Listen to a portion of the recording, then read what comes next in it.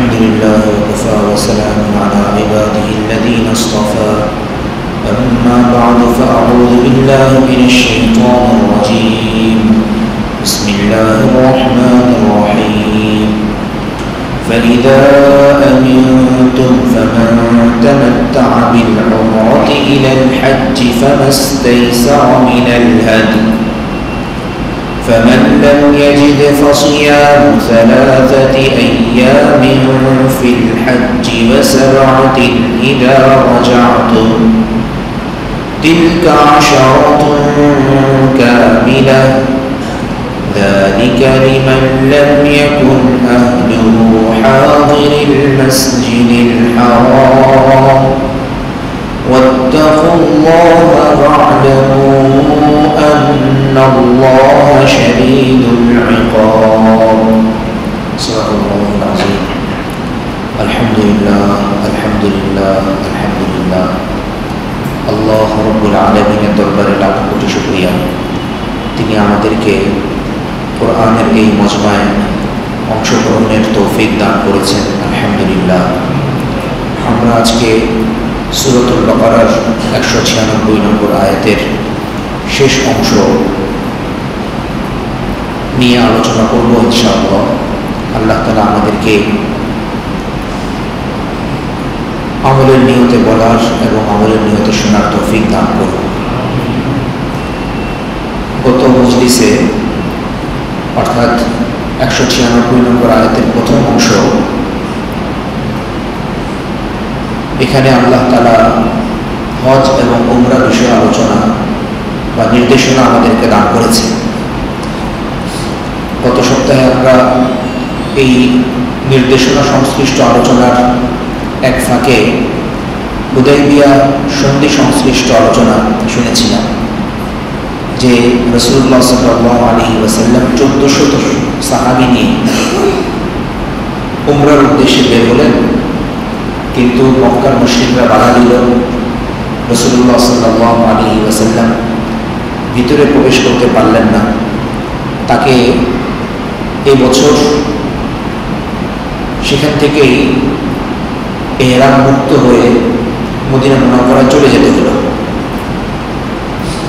এই প্রসঙ্গে আমরা হুদাইবিয়া সন্ধির যে প্রেক্ষাপট এবং তখন কি কি ঘটনা ঘটেছিল তার সংক্ষিপ্ত বিবরণ দেওয়ার চেষ্টা করেছিলাম। সেখানে একটি কথা ছুটে গেছে, বা আরও স্পষ্ট করে বললে একটি কথা ভুল আলোচনা হয়েছে, সেটা শুধরে নিচ্ছি। আমাদের এক ভাই এই বিষয়ে আমাদেরকে সতর্ক করেছেন, আল্লাহ তাআলা তাকে জাযায়ে খায়র দান করেন।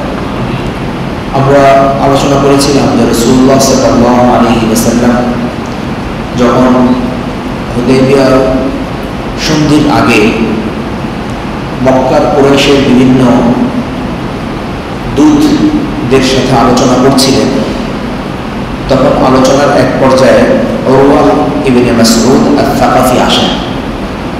রাসূলুল্লাহ সাল্লাল্লাহু আলাইহি ওয়াসাল্লামের সাথে কথা প্রসঙ্গে তিনি আল্লাহ রাসূলের দাড়িতে হাত দিচ্ছিলেন আরবের তৎকালীন নিয়ম অনুযায়ী।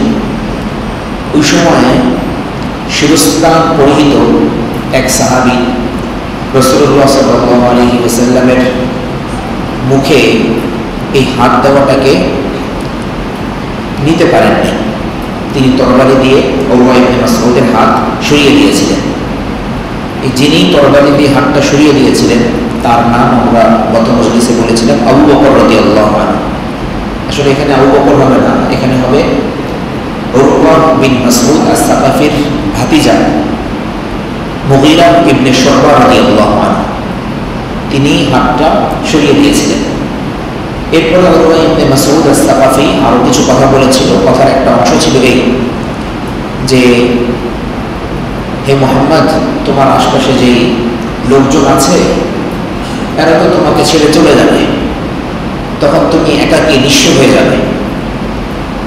তখন গিয়ে আবু বকর রাদিয়াল্লাহু আনহু তার বিখ্যাত উক্তিটি করেন, যাও সরো, এবং একটা খুব কঠিন কথা যেটা সাধারণত আবু বকর রাদিয়াল্লাহু আনহু বলে অভ্যস্ত হন, এমন একটি কথা উরওয়া ইবনে মাসউদকে বলেন। এবং আবু বকর রাদিয়াল্লাহু আনহু যেহেতু শিরস্ত্রাণ পরিহিত ছিলেন, তাই উরওয়া ইবনে মাসউদ জিজ্ঞেস করল উভয়জনের ক্ষেত্রে, প্রথম জনের ক্ষেত্রে জিজ্ঞেস করলো এই কে, তাকে যখন বলা হলো এই হলো তোমার ভাতিজা মুগীরা ইবনে শুরবা, তখন উরওয়া ইবনে মাসউদ বললেন যে আমাদের কাছ থেকে চলে যাওয়ার পরে তোমার মাথা খারাপ হয়ে গেছে। ভাতিজাকে লক্ষ্য করে বললেন যে আমাদের কাছ থেকে চলে যাওয়ার পরে তোমার মাথা খারাপ হয়ে গেছে, তুমি অনেক বিগড়ে গেছো, কার সাথে কী রকমের আচরণ করতে হয় তুমি সেটা টের পাচ্ছ না। আর আবু বকর রাদিয়াল্লাহু আনহু যখন ওই কথাটা বললেন, তখন তিনি বললেন, উরওয়া ইবনে মাসউদ বললেন, আবু বকর পরিচয় পাওয়ার পরে বললেন, আবু বকর তোমাকে আমার বলার কিছু নাই, কারণ তোমার অনেক অনুগ্রহ আমার উপরে এবং আমার পরিবারের উপরে আছে, এই জন্য তুমি যে কথাটা বলেছ সেটার উত্তর দেওয়ার মতন সামর্থ্য বা যোগ্যতা বা মুখ আমার নাই। তো গত মজলিসের এতটুকু কথা আমরা সংশোধন করে নিলাম। এরপরে গত মজলিসে আলোচনা হয়েছিল যে কোনো ব্যক্তি হজের সফরে বের হওয়ার পরে, ইহরাম বাঁধার পরে, হজের নিয়ত করে ফেলার পরে অথবা উমরার নিয়ত করে ফেলার পরে যদি শত্রু কর্তৃক বাধাপ্রাপ্ত হয় তাহলে তার কি করণীয়? এখানে যে মাসলাটি আলোচনা হয়েছিল তার করণীয় হচ্ছে মক্কা মুকাররমার যেই অঞ্চলে কুরবানির পশু, হজের কুরবানির পশু জবাই করতে হয় ওই অংশে তার পক্ষ থেকে একটি কুরবানির ব্যবস্থা করা। ওই সময় তো খুব কঠিন ছিল, আল্লাহ রাসূল সাল্লাল্লাহু আলাইহি ওয়াসাল্লামের যুগে খুব কঠিন ছিল, এত দ্রুত কাউকে পাঠানো যেত না।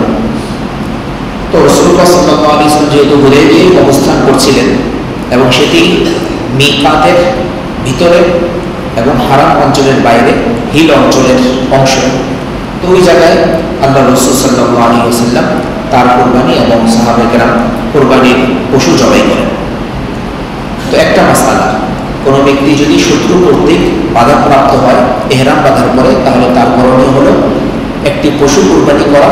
তবে এই পশুটি যে কোনো জায়গায় কোরবানি করা যাবে না, মক্কা মুকাররমার যেই স্থানে কোরবানি করার নিয়ম সেই স্থানে কোরবানি করতে হবে। এবং এটা যেহেতু দাবুল জিনায়া বা যেহেতু সে তার একটি কাজ পূর্ণ করতে পারে নাই, এই কারণে তাকে কোরবানিটি দিতে হচ্ছে, তাই এই কোরবানির পশু গরিব মিসকিনদের মধ্যে বিতরণ করে দিতে হবে, কোরবানির গোশত গরিব মিসকিনদের মধ্যে বিতরণ করে দিতে হবে। দ্বিতীয় যে মাসআলাটি এখানে আলোচনা হয়েছিল গত সপ্তাহে, সেটি হচ্ছে যে একজন ব্যক্তি শত্রু কর্তৃক বাধাপ্রাপ্ত হয় না, সে হজ উমরার উদ্দেশ্যে বের হয়েছে, এখন হজ উমরার কিছু কাজ নিষিদ্ধ, সেই নিষিদ্ধ কাজটাই অসুস্থতাজনিত কারণে তাকে করতে হচ্ছে। যেমন ধরেন যে সাহাবীর ঘটনা গত সপ্তাহে আলোচনা হয়েছিল, কাআব বিন উজরা রাদিয়াল্লাহু আনহু, তার মাথায় অনেক উকুন ছিল এবং সেই উকুনের কারণে, তার চুলের সেই উকুনের কারণে তার অনেক কষ্ট হচ্ছিল। রাসূলুল্লাহ সাল্লাল্লাহু আলাইহি ওয়াসাল্লাম তাকে বললেন, আইয়ুযিকা হাওয়া রাসিক, তোমার মাথার বা তোমার চুলের, মাথা শব্দটাই বলেছেন, চুল বলেন নাই, তোমার মাথার এই উকুনগুলো কি তোমাকে কষ্ট দিচ্ছে? তিনি বললেন যে হ্যাঁ, খুবই পীড়া দিচ্ছে।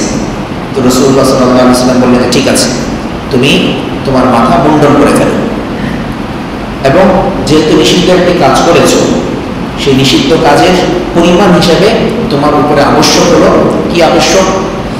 হয় 3 দিন রোজা রাখবে, ফিদিয়া স্বরূপ 3 দিন রোজা রাখবে, অথবা সাদাকাতুল ফিতর পরিমাণ অর্থ 6 জন মিসকিনকে দিয়ে দিতে হবে। সাদাকাতুল ফিতর পরিমাণ অর্থ 6 জন মিসকিনকে দিয়ে দিতে হবে, অথবা একটি কুরবানির পশু জবাই করতে হবে। তাহলে আমরা পশু জবাইয়ের এই বিষয়টি দুই জায়গায় পেলাম।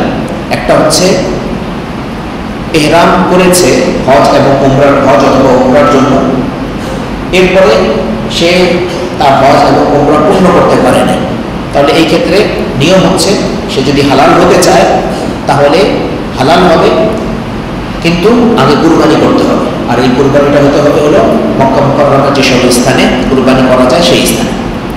দ্বিতীয়ত, অসুস্থ হয়ে গেছে, অসুস্থতাজনিত কারণে তাকে এখন কি করতে হচ্ছে, তাকে এখন মাথা মুন্ডন করতে হচ্ছে, অথবা নিষিদ্ধ যেই কাজ এহরামের মধ্যে নিষিদ্ধ এমন একটা কোনো কাজ করতে হচ্ছে অসুস্থতাজনিত কারণে, তাহলে তার ক্ষেত্রে একটা অপশন, তিনটা কাজের একটা অপশন হচ্ছে যে তাকে কুরবানি করতে হবে। এরপরে আল্লাহ রাব্বুল আলামিন কুরবানির আরেকটা উপলক্ষ বলেছেন হজ এবং উমরার মধ্যে, হজের মধ্যে, উমরার মধ্যে না, হজের মধ্যে কুরবানির আরেকটা উপলক্ষ বলেছেন।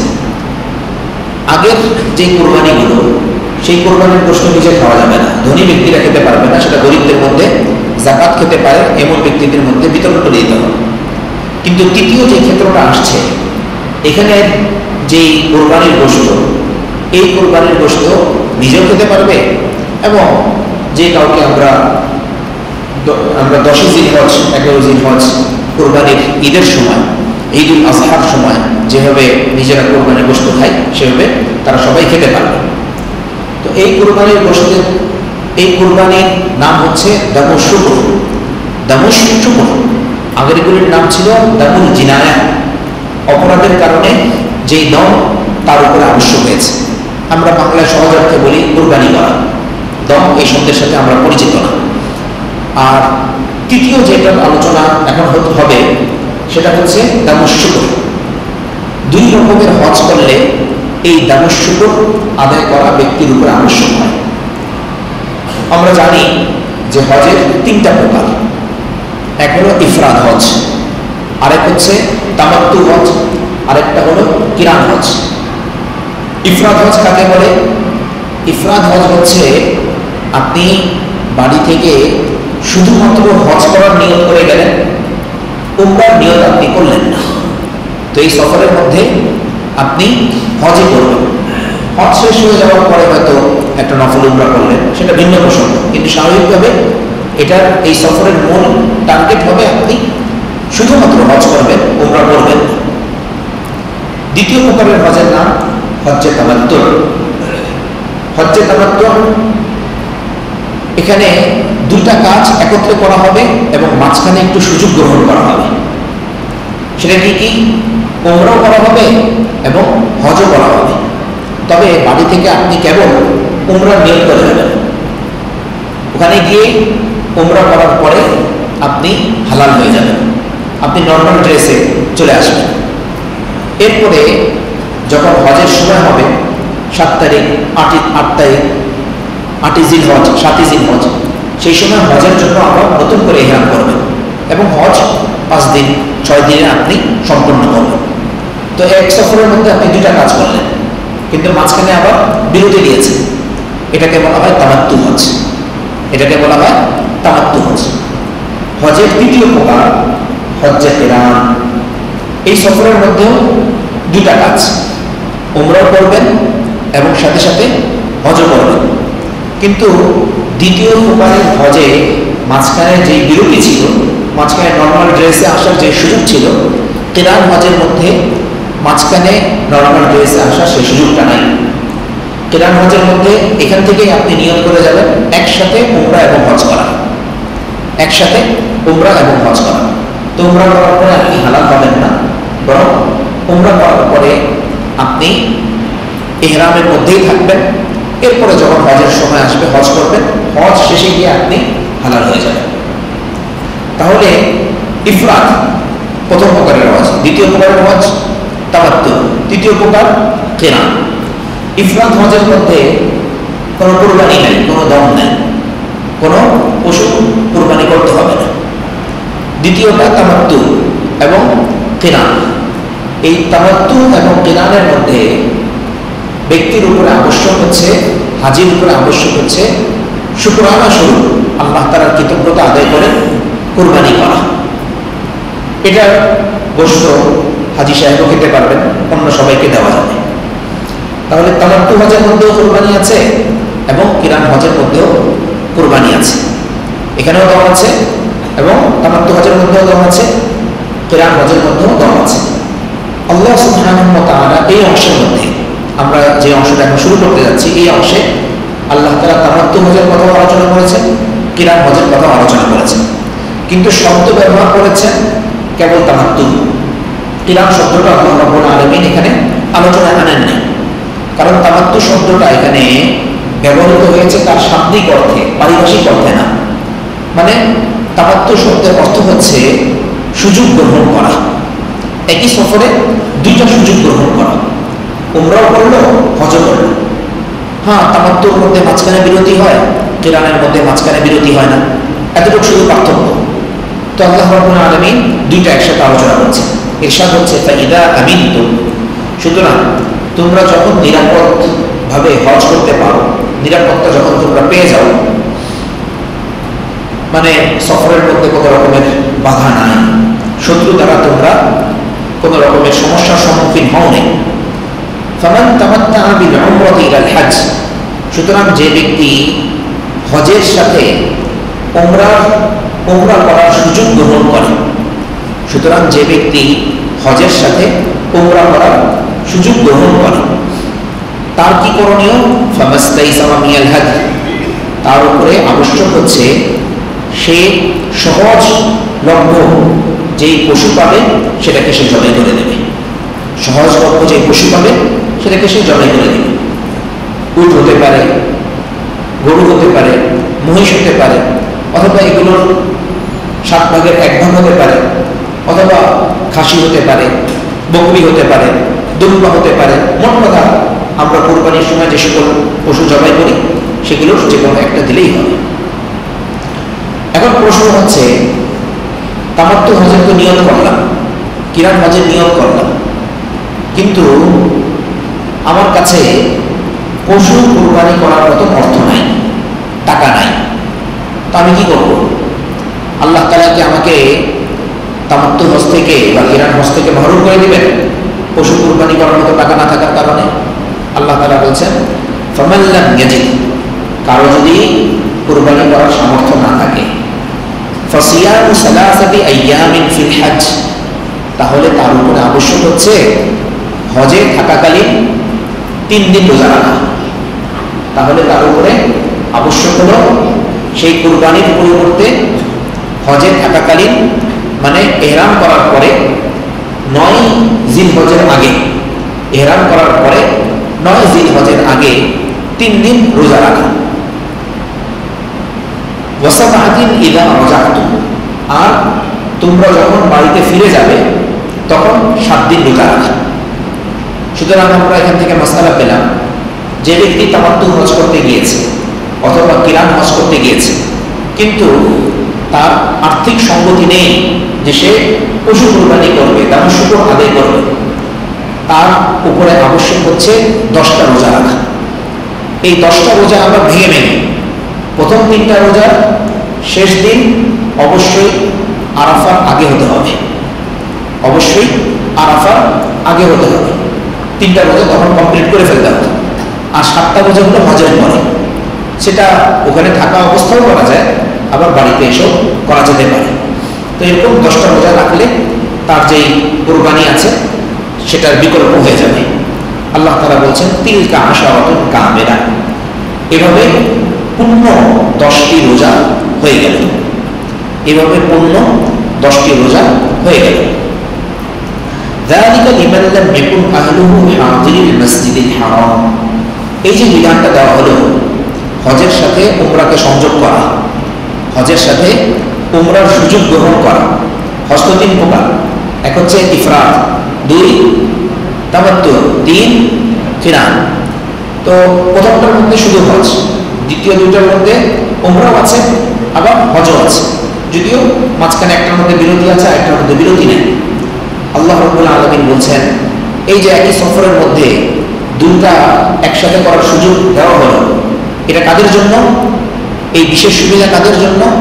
লিমান লাম ইয়াকুন আহলুহু হাযিরিল মাসজিদিল হারাম, যার এবং যার পরিবার পরিজনের বসবাস মসজিদে হারামের আশপাশে না, যার এবং যার পরিবারের বসবাস মসজিদে হারামের আশপাশে না, অর্থাৎ হারাম অঞ্চলে। হারাম অঞ্চলে আমরা গত সপ্তাহে আলোচনা শুনেছিলাম 3টা অংশ। একটা হলো মিকাতের বাইরে, এরপরে মিকাত যেখান থেকে অবশ্যই ইহরাম করে বা নিয়ত করে তারপরে ঢুকতে হয়, বাহির থেকে যারা যাবেন। এরপরে শুরু হবে, মিকাত থেকে শুরু হয়ে যাবে এই অঞ্চল, হালাল অঞ্চল। হালাল অঞ্চলের একটা নির্ধারিত সীমানা যাওয়ার পরে শুরু হয়ে যাবে হারাম অঞ্চল। তো আল্লাহ তাআলা বললেন, হারাম অঞ্চলের মধ্যে যাদের বসবাস নয়, কেবল তারাই তামাত্তু এবং কিরান হজ করতে পারবে, অন্যরা করতে পারবে না। মানে অন্যরা করতে পারবে না মানে যারা হারাম অঞ্চলের ভিতরে বসবাস করে তারা শুধুমাত্র ইফরাদ হজ করবে, তামাত্তু হজও করতে পারবে না, কিরান হজও করতে পারবে না। কেন এই নির্দেশনা? এই নির্দেশনা এই জন্য যে বাহিরের অধিবাসী যারা, তারা তো অনেক দিন পর পর মক্কা মুকাররমায় যাওয়ার সুযোগ পায়, বা জীবনে কেউ কেউ একবার মাত্র মক্কা মুকাররমায় যাওয়ার সুযোগ পায়। তো তারা একই সফরের মধ্যে উমরা করার সুযোগ পেল, কিরান করার সুযোগ পেল। আর যারা সেখানেই বসবাস করে, হারাম অঞ্চলের মধ্যেই বসবাস করে, তাদের জন্য আল্লাহ রাব্বুল আলামিন কেবল ইফরাদ হজের ব্যবস্থা রেখেছে। কেন? কারণ তারা তো হজের আগে পরে শাওয়াল, জিলহজ ছাড়া অন্য যে সময়গুলো আছে তখন বারবার উমরা করার সুযোগ নেই। এই জন্য আল্লাহ রাব্বুল আলামিন এখন বলে দিলেন, দেখো তামাত্তু ও কিরান হজটা অন্যদেরকে সুযোগ দাও, তোমরা ভিড় করো না। ওয়াত্তাকুল্লাহ, আল্লাহকে খুব ভয় করো, আর আল্লাহকে তোমরা খুব ভয় করো। আমরা খেয়াল করি, লক্ষ্য করি, বিভিন্ন বিধিবিধান দেওয়ার পরে আল্লাহ রাব্বুল আলামিন এই কথাটা গুরুত্বের সাথে বলেন, আল্লাহকে ভয় করো। বোঝা যায় এখানে আমাদেরকে এই সবকটি দেওয়া হয় যে যে কোনো বিধিবিধান যদি আমি পালন করতে চাই, তাহলে সেই বিধিবিধান পালন করার ক্ষেত্রে সবচাইতে সহায়ক ভূমিকা পালনকারী বিষয় হচ্ছে তাকওয়া। তাকওয়া যদি আমার অন্তরের মধ্যে থাকে, তাহলে আল্লাহ তাআলার যে কোনো বিধান পালন করা সহজ হয়ে যাবে। পক্ষান্তরে আমার অন্তরে যদি তাকওয়া না থাকে, ব্যক্তির দিলের ভিতরে যদি আল্লাহ তাআলার ভয় না থাকে, আল্লাহ তাআলার নির্দেশনার প্রতি যদি আযমত, তার বড়ত্বের প্রতি যদি মহব্বত না থাকে, তাহলে এই ব্যক্তির পক্ষে কোনো বিধানই সঠিকভাবে পালন করা সম্ভব না। এই জন্য আল্লাহ তাআলা বারবার বিভিন্ন বিধিবিধান আলোচনা শেষে বা আগে পরে মাঝখানে বিভিন্ন সময় বলেন, ওয়াত্তাকুল্লাহ, আল্লাহকে ভয় করো, আল্লাহকে ভয় করো। তাকওয়া আছে, দেখবেন যে সব বিধিবিধান পালন করা সহজ হয়ে যাবে। তাকওয়া নাই, বিধিবিধান পালন করা খুব কঠিন, খুবই কঠিন। তাকওয়া না থাকলে যে কত কঠিন অবস্থা তৈরি হবে আল্লাহ হেফাজত করে।